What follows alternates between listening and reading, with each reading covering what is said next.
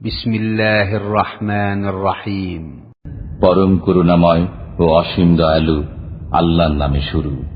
سبح اسم ربك الأعلى الذي خلق فسوى والذي قدر فهدى والذي أخرج المرعى فجعله غثاء أحوى سنقرئك فلا تنسى إلا ما شاء الله إنه يعلم الجهر وما يخفى।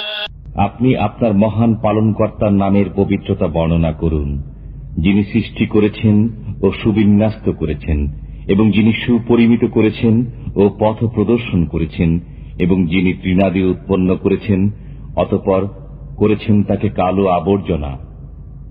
আমি আপনাকে পাঠ করাতে থাকব, ফলে আপনি বিস্মৃত হবেন না।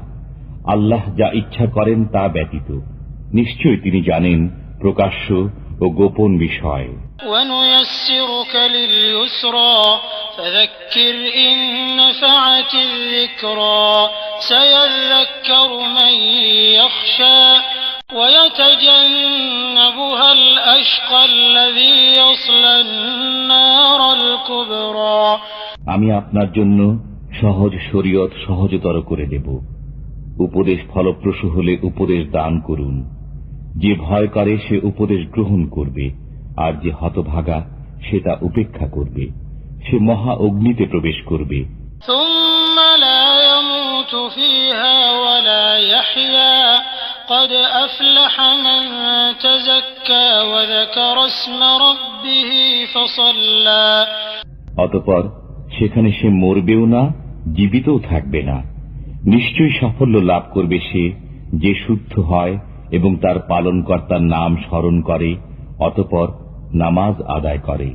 بل تؤثرون الحياة الدنيا والآخرة خير وأبقى إن هذا لفي الصحف الأولى صحف إبراهيم وموسى।